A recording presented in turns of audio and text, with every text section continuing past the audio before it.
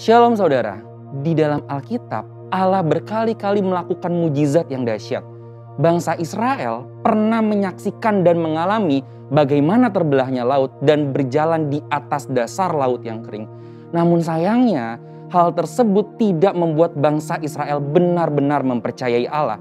Melainkan dalam cerita selanjutnya kita tahu bangsa Israel justru memberontak kepada Allah. Saudara, mujizat adalah tindakan Allah untuk menyatakan kasih dan menolong manusia dengan cara merubah apa yang mustahil bagi manusia menjadi tidak mustahil. Sebab bagi Allah tidak ada yang mustahil. Tetapi yang perlu dicatat adalah mujizat tidak pernah menjadi tujuan utama. Tujuan dari terjadinya mujizat adalah pertobatan kepada Allah. Dan mujizat terbesar bagi manusia bukanlah tuli mendengar, lumpuh berjalan, tetapi karunia keselamatan Allah yang disediakan lewat penebusan Kristus. Pertobatan sendiri berarti melakukan kehendak Allah dan berbalik kepada Allah dan meminta ampun atas segala dosa. Namun sayangnya Alkitab seringkali mencatat ketika kita sudah diberi mujizat tetap saja tidak bertobat atau mengalami pertobatan tetapi tidak bertumbuh. Ada beberapa contoh dalam Alkitab yang bisa kita lihat. Pertama, peristiwa keluarnya bangsa Israel dari tanah Mesir dengan berbagai mujizat besar. Seperti kasut yang tidak pernah rusak selama 40 tahun. Apakah saudara terbayang berapa kasut yang dibutuhkan untuk perjalanan 40 tahun di padang gurun? Bisa 10-15 kasut. Tetapi bangsa Israel hanya membutuhkan satu kasut. Jika sekarang kasut itu adalah sandal atau sneaker. Belum lagi air yang keluar dari gunung batu dan makanan yang turun dari langit. Sedemikian dahsyat mujizat Tuhan. Namun tetap saja diakhiri dengan sungut-sungut dan pemberontakan kepada Tuhan. Kedua, Matius 11 ayat 20 mencatat. Lalu Yesus mulai mengecam kota-kota yang tidak bertobat. Sekalipun di situ ia paling banyak melakukan mujizatnya. Dalam pelayanannya di bumi, Tuhan Yesus sangat banyak melakukan mujizat. Tetapi ironisnya, kota-kota yang mengalami mujizat ini tidak bertobat sehingga dikecam oleh Tuhan Yesus. Ketiga, cerita Simon sang penyihir dalam Kisah Para Rasul yang tak mengerti bahwa mujizat diberikan agar manusia bertobat.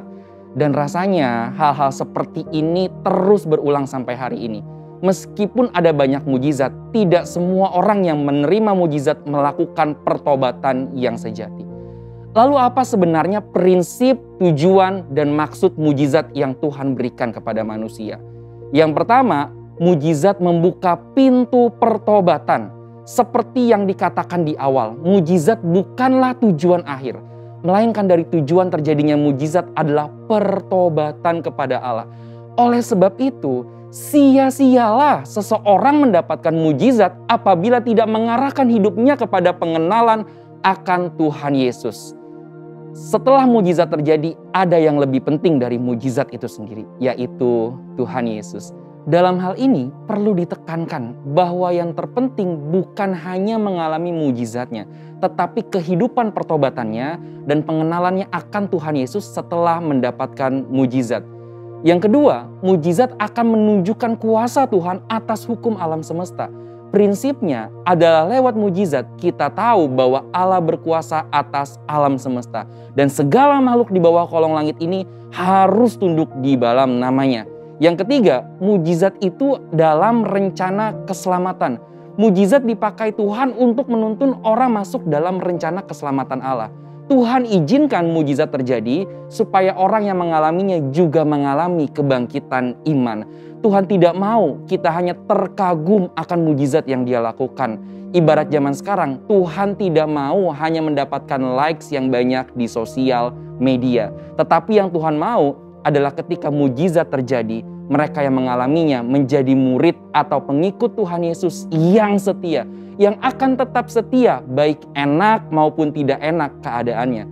Sesungguhnya mujizat itu akan membawa seseorang kepada pertobatan, mengenal Tuhan Yesus sebagai Tuhan yang berkuasa atas alam semesta dan menuntun kita kepada iman yang menyelamatkan. Saudara, untuk penjelasan lebih lengkapnya dari tim teologi kami, silakan buka link yang ada di atas atau scan QR Code yang tersedia. Tuhan Yesus memberkati.